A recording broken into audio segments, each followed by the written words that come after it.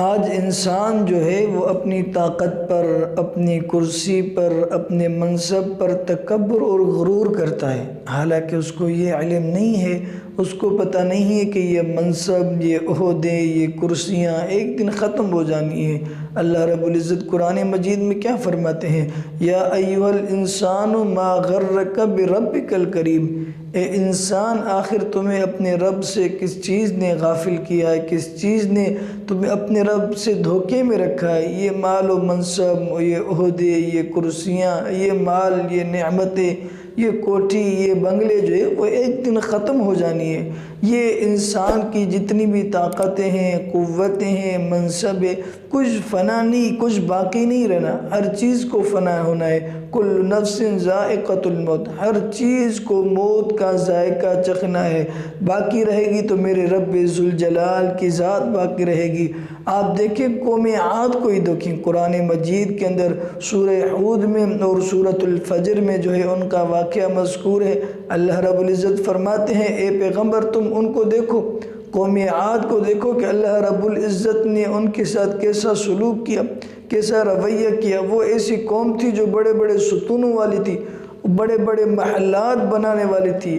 وہ کم لم یخلق مثلھا فی البلاد، ایسے محلات بناتی تھی، ایسے گھر بناتی جس کا مثل شہروں میں ملتا ہی نہیں تھا۔ بہت زیادہ طاقتور قوم۔ اس قوم کے پاس حضرت ہود علیہ السلام کو نبی بنا کر بھیجا گیا۔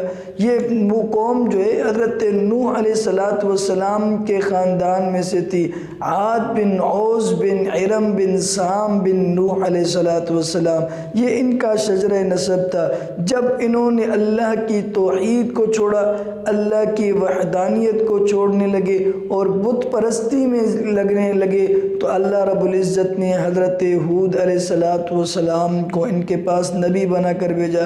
حضرت ہود علیہ السلام نے ان کو سمجھایا، ان کو نصیحت کی، فرمایا کہ قال یا قوم اعبدوا اللہ ما لکم من الہ غیرہ، کہ اے میری قوم تم اللہ کی عبادت کرو، اللہ کے علاوہ کسی اور کی عبادت نہیں کرو۔ تمہارا الہ، تمہارا معبود، تمہارا خالق حقیقی، تمہارا مالک، تمہارا رازق جو ہے وہ اللہ رب العزت ہے۔ اللہ رب العزت کو چھوڑ کر تم جو ہے وہ غیر اللہ کے دروازے پہ نہ جاؤ، بت پرستی نہ کرو۔ لیکن وہ باز نہیں آئے اور حضرت ہود علیہ السلام کو ستانا شروع کر دیا۔ حضرت ہود علیہ السلام کے جو ساتھی تھے، تھوڑے بہت جو ایمان لے آئے، ان کو تکلیف دینے لگے، ان کو اذیتیں دینے لگے۔ اچھا بڑی بات یہ قوم جو ہے یمن اور عمان کے درمیان میں ایک علاقے میں رہتی تھی۔ آج بھی لوگ اس بات کی گواہی دیتے ہیں کہ وہاں پر ایک بستی موجود ہے جو کہ قوم عاد کی ہے۔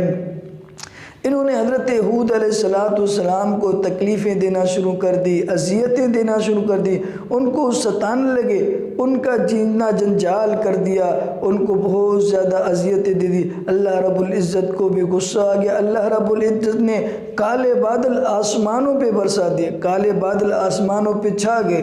یہ سمجھنے لگے کہ جو ہے وہ اب ہمارے لیے بارش ہوگی، نہیں بارش نہیں ہونی تھی، اللہ کا عذاب آنا تھا۔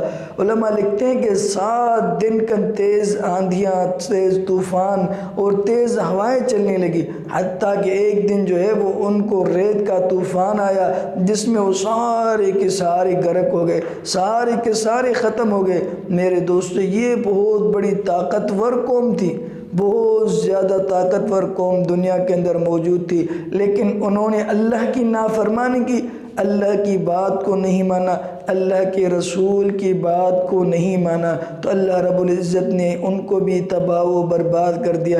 آج بھی اگر ہم ان کی اللہ کے رسول کی بات کو نہیں مانیں گے، اللہ کی اطاعت نہیں کریں گے، تو ہم بھی خسارے والے ہو جائیں گے۔ ہمارے منصب، ہمارے عہدے قیامت کے دن ہمیں کام نہیں آئیں گے، ہمیں کام آئیں گے تو ہمارے اعمال کام آئیں گے، ہمیں کام آئیں گے تو وہ اعمال آئیں گے جو دنیا کے اندر ہم نے اللہ کے رضا کے لیے کیے تھے، اللہ کے واسطے کیے تھے۔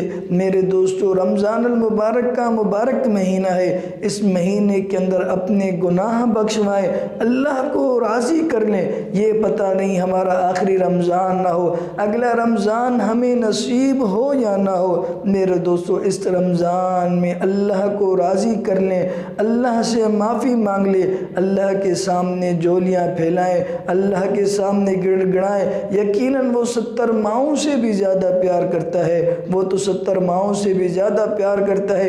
ایک ماں جو ہے وہ اپنے بچے کو تکلیف میں نہیں دیکھ سکتی، وہ تو 70 ماؤں سے بھی زیادہ پیار کرتا ہے، تو اپنے بندے کو عذاب کیسے دے گا، اپنے بندوں کو تکلیف میں کیسے دیکھے گا۔ میرے دوستو، اپنے رب کے سامنے گڑ گڑائیں، معافی مانگے، اللہ کو راضی کر لیں۔